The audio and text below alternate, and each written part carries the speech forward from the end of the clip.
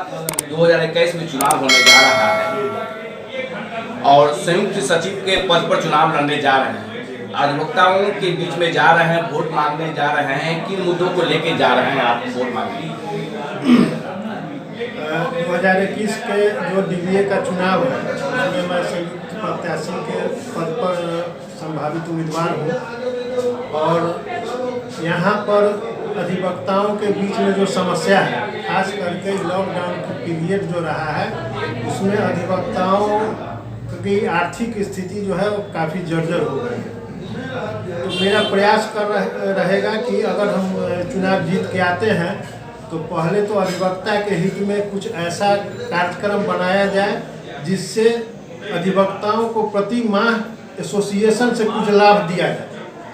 दूसरा बात कि कोई अधिवक्ता बीमार पड़ते हैं या एक्सीडेंटल हो जाते हैं तो वैसी स्थिति में जो बहुत ही निर्धन अधिवक्ता, परिवार से जो निर्धन अधिवक्ता आते हैं उनके यहाँ बहुत सारी समस्याएं रहते हैं, तो मृत्युपरांत या जो मेडिकल एड होगा उसकी भी व्यवस्था की जाएगी।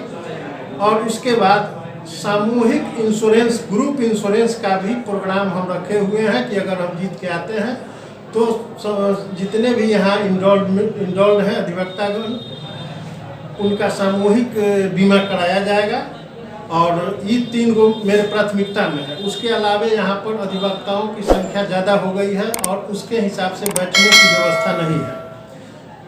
तो यह भी प्रयास रहेगा कि जहाँ जहाँ बिल्डिंग बना हुआ है वहाँ अगर ऊपर बनने लायक है तो सांसद महोदय से या विधायक महोदय से अप्रोच करके और कुछ फंड लाया जाए ताकि ऊपर का निर्माण हो सके एवं हमारे अधिवक्ता बंधुओं को वहाँ बैठने में सुविधा हो। गंदगी, पानी, पेयजल की भी समस्या है। पेयजल पर भी उसके संबंध में भी समाधान किया जाएगा।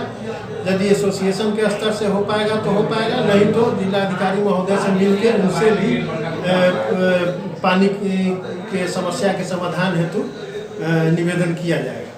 महिलाओं अधिवक्ताओं को लिए कॉमन रूम होना चाहिए, अलग से रूम होना चाहिए, वो व्यवस्था नहीं हो रहा है, इस पर क्या आपका ये रहेगा? महिलाओं के लिए कॉमन रूम की व्यवस्था होनी चाहिए, यह बहुत दिन से लंबित मुद्दा है। अगर हम जीत के आते हैं तो हम इस पर भी विचार, इसको भी प्राथमिकता में रखेंगे। और जहाँ तक महिलाओं के लिए टॉयलेट की व्यवस्था है तो संभवतः हो चुकी है, केवल कॉमन रूम की आवश्यकता है और हम अगर जीत के आते हैं तो उसके संबंध में भी हम अपने कार्यकाल में ही प्रयास करेंगे कि उस समस्या का भी समाधान हो। अगर इस बार आप 2021 में आपको संयुक्त सचिव के पद पर अगर आपको जिता के भेजते हैं तो इस बिंदु पर आप काम करने जा रहे हैं और चुनाव अप्रैल मई में होगा और बहुत से देख रहे हैं कि यहाँ देहात से लोग आते हैं, उनके बैठने की व्यवस्था नहीं है, इस पर क्या रहेगा? इसके संबंध में जैसे क्लाइंट्स वगैरह जो लोग आते हैं सुदूर देहात से, उनके बैठने की व्यवस्था नहीं है, तो यह तो एसोसिएशन से संबंधित मुद्दा नहीं है। लेकिन अगर हम जीत के आते हैं तो हम लोग प्रयास करेंगे कि महासचिव के महोदय के साथ मिलकर और माननीय जिला एवं सत्र न्यायाधीश महोदय जो यहाँ के सिविल कोर्ट के हेड हैं, सारी एडमिनिस्ट्रेशन उन्हीं के पास में है, तो उनसे मिलकर प्रयास करेंगे कि सफाई का व्यवस्था भी हो और प्लस बाहर से जो क्लाइंट आते हैं उनको बैठने में जो समस्या है उस समस्या का भी समाधान कराया जाए। उनके लिए अलग से टॉयलेट का निर्माण कराया जाए, उनके लिए पानी की भी अलग से व्यवस्था की जाए। पुराने केसेस बहुत पेंडिंग पड़े हुए हैं, सुप्रीम कोर्ट का आदेश है कि उसको निपटारा करने के लिए, तो वो केसेस मतलब बहुत से केसेस पुराने हुए हैं, उस पर क्या आपका ये रहेगा?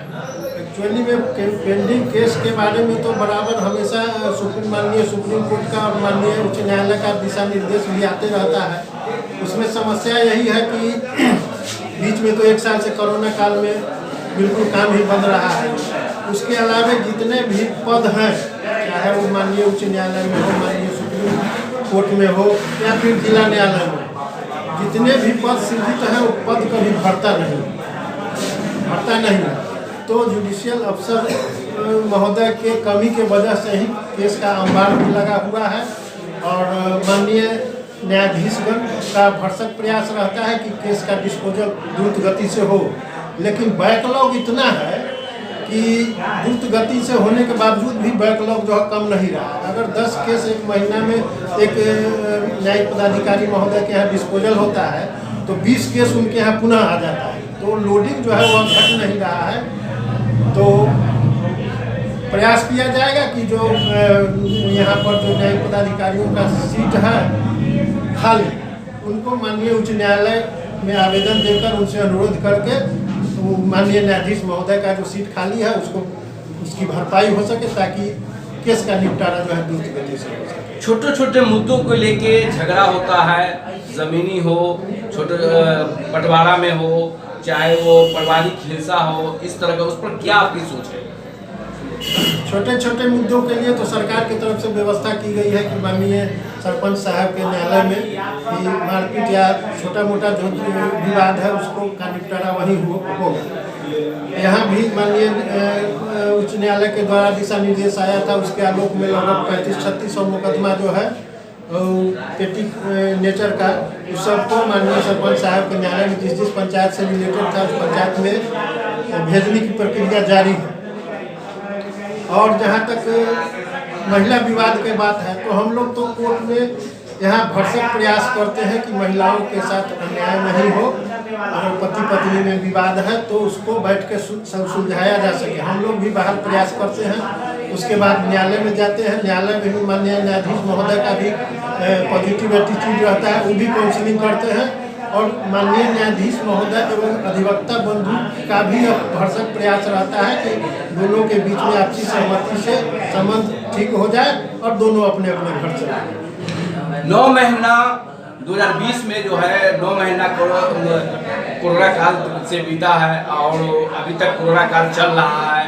अभी विगत 10 दिन से एक भी केसेस नहीं हुई है और अभी क्या आम जनता से अपील कर रहे हैं अपनी ओर से?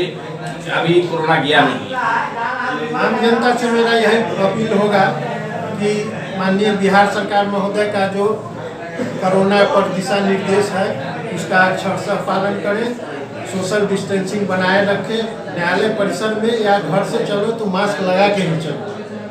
न्यायालय घर से कहीं भी निकले, न्यायालय में आइए, शहर में आइए, हाट बाजार पर जाइए, कहीं भी जाइए, मास्क लगा के रहिए और प्रयास कीजिए कि कहीं भी एक जगह एक ज़्यादा नज़दीक होकर बात नहीं करें, अलग से बात करें। सोशल डिस्टेंसिंग का भी पालन करना चाहिए और संभव हो तो चूँकि आर्थिक स्थिति कोविड-19 के दरमियान बहुत खराब हो गई है, अगर संभव हो तो सैनिटाइजर का भी हमेशा प्रयोग करें और हाथ का साफ सफाई भी रखें।